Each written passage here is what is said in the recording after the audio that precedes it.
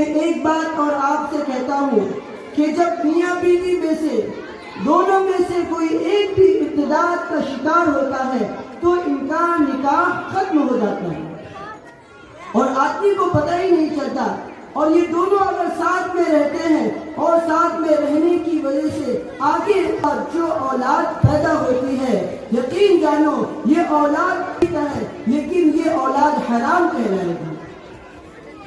تو آپ سوچئے کہ یہ اولاد جو حرام کہلائے گی تو حرام اولاد جو ہے گمراہی کا سبب بنتی ہے، وہ رہنمائی کا سبب نہیں بنتی. میں ایک چھوٹا سا واقعہ آپ کو اس پر بتاتا ہوں.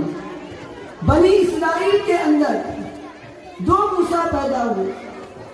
ایک موسیٰ بن عمران جسے ہم اور آپ موسیٰ علیہ السلام کے نام سے جانتے ہیں، جن کی پرورش فرعون کے گھر میں ہوئی. اور ایک موسیٰ وہ پیدا ہوا جس کا نام موسیٰ بن ظفر ہے، جس کا ذکر قرآن کریم میں سامری کے نام سے آتا ہے.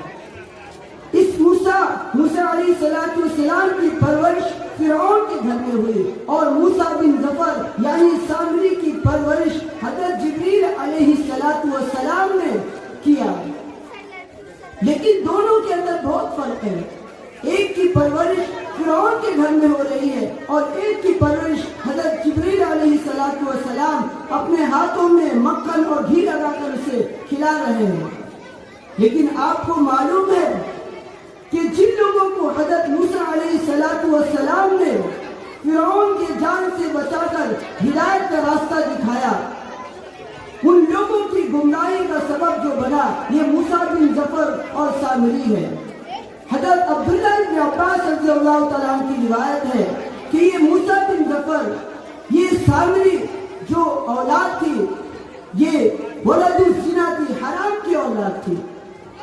تو آپ غور کریں کہ آدمی پیدائشی اعتبار سے اگر اچھا ہے تو اس کی رہبری اگر ایک ادنا سا حافظ بھی کرے تو انشاءاللہ ہو جائے گا. لیکن اگر جو پیدائشی اعتبار سے ولد الزنا اور حرام ہے تو اگر وہ کسی پیر کے پاس بھی اسے بیٹھا دے تو آگے چل کے لوگوں کی گمراہی کرے گا. یہ میں آپ کو اس وجہ سے بتانا چاہتا ہوں. نوعی غلطی یہ ہے کہ ہم کلمات کفر اپنی زبان سے نکال دیتے ہیں جس کا ہمیں اندازہ ہی نہیں ہوتا، اور کلمات کفر نکالنے کے بعد آدمی ایمان سے الگ ہو جاتا ہے، یعنی اس کا نکاح بھی ٹوٹتا ہے اور یہ تمام برائیاں وجود میں آتی ہیں.